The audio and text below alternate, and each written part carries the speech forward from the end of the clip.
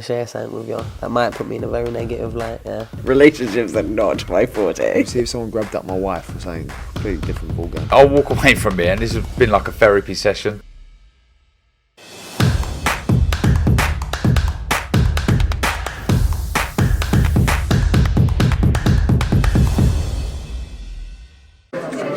Andrew McCART, IFL TV, proudly sponsored by Everlast. Paul Smith, you've just witnessed your younger brother put on an absolute emphatic stoppage win over Chris Eubank Jr. How related are you? I'm buzzing. Voice is gone. Straight in the ring as soon as I seen it, just absolutely buzzing. Delighted for him to see how hard he works.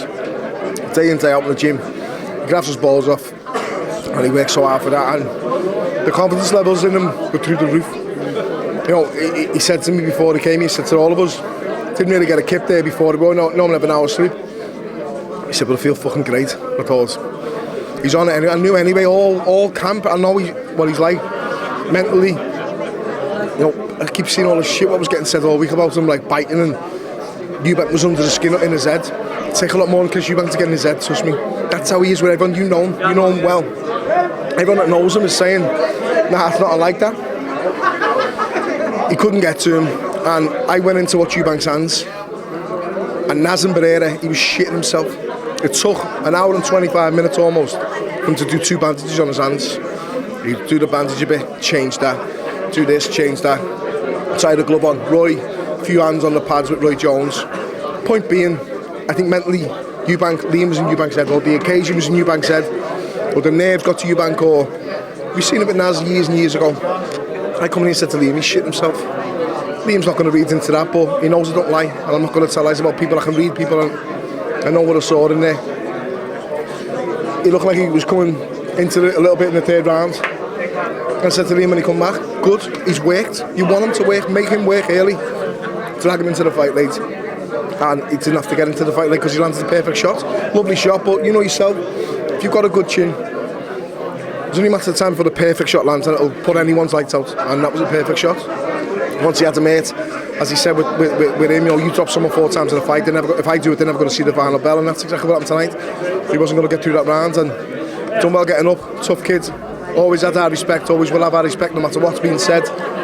We all showed it in the ring tonight, we all said it after he's a good fighter, said that when I sparred him, I said that when Liam, that incident in that spar happened, you'll always have that respect. You know, anyone you've fought, anyone you've been in the ring with, you'll always have that respect. He's got ours, and he told us before that Liam certainly got his, and we all have as a family, and he always has, which is nice to hear.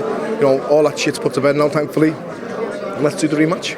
Listen, well, we'll touch upon the rematch, but you talked about obviously a good chin and having hits on the sweet spot you're at, but we've never seen Chris hurt like that, down like that, struggling to get up, wobbled, knees gone, everything, legs gone. We've never seen that, and he's been up at super middleweight.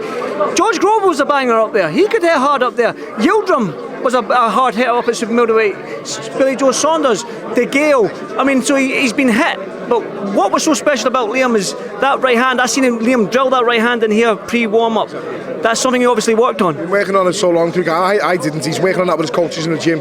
You know, he gets the advice from everyone in there. We all shouting and offering him the advice. When he was throwing it in on the pads, kept telling him to chop it down. But that's a plan that they worked on in the gym. Joseph, Declan, Liam, all through the camp. They take the credit for that. Liam takes the credit for that because Liam landed that shot. Liam's not a bigger puncher than what George Groves was. Liam's not a bigger puncher than what the big super middleweights were. But he landed the perfect shot. Timing, the brain on Liam. Everyone loves watching him fight because people have foolishly and stupidly said he's just a come forward hands-high fighter, you know, and they haven't got they don't know shit about boxing. They haven't got a clue about boxing. He's clever, intricate. His variety is second to none. I used to spar him, and I'd say sometimes in my press conferences, my main sparring partner has been Liam, and they'd probably be thinking he's only a light middleweight. You've seen the size of him tonight. You've seen how strong he is, how hard he hits. He can hold his own with anyone. You know, I said the story about Callum before the fight, and it's not like I told you so. You know, we had a good touch tonight. He caught him early instead of the grueling, brutal fight that I expected it to warm into later on in the last half of the fight. I thought he would have had to go through hell tonight and really weather the storm in little phases, but then come through and the class would sell because I believe he's the better fighter, and you know, we're happy and lucky for all our nerves that it happened a bit earlier. Listen, you mentioned the rematch now. I've joked with you for so long, but if they ever go Anfield, Callum, listen, You're sweating. You've obviously been training tonight. No. Getting about 70 people in the changing rooms, as you can see there. There's about 70 of us here, but Well, you've already started. You've started your camp. Is the comeback? Well, listen, if you can't miss a fight in Anfield, surely not. I would absolutely love to start fighting again, or just once, just one fight. But it would kill me getting away from the game, and it sent me to a little bit of a dark place getting away from the game and saying to that today I've said goodbye to it as a fighter. I watch them in the gym when I'm doing circuits with them, and I'm doing circuits. I'm in the over the hill mob. I'm in the OTB. Over the hill. I'm the OTH mob. I just push through at my own pace, do my bit of weights, watch the lads, help the lads, take a few kids on the pads. I'm done. But listen, Is the bug not there after tonight? It's gone. I've got nothing left. I had nothing left then, but I can still come back and beat half these crabs who are doing it on YouTube and all the likes. But listen, it's about Liam, and if we get it at Anfield, the two of them are on it. Me and Stephen will be tearing at the bit, chomping at the bit, and tearing with us to try and get on it. But you never know. Never say never, but never say. But there's him as well as me lad. You know what I mean? Come here. Said if we get it at Anfield, do you reckon your dad makes come back? Would you like to see your dad come back? Just some serious weight. Get you on the undercards as well. Shout.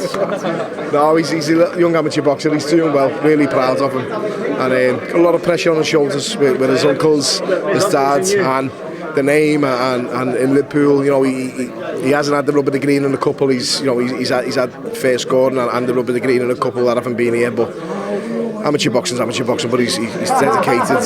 You know, really determined to be a professional, and I love my heart in my mouth all the time. I can't stop him. I've got to try and support him and back him anywhere I can, and having him experience things like this, if he does eventually box, it's going to help him massively, because we saw what that did with Callum, being around and all from such a young age. Your experience before you've actually gained the experience, so it's great. Listen, I'll probably let you go on, man, but listen, with him and his uncles behind him, I'm sure the young lad's got a bright future. Paul, go and enjoy the rest of the night. Thank you so much, mate. Thank you, mate. Thank you, brother.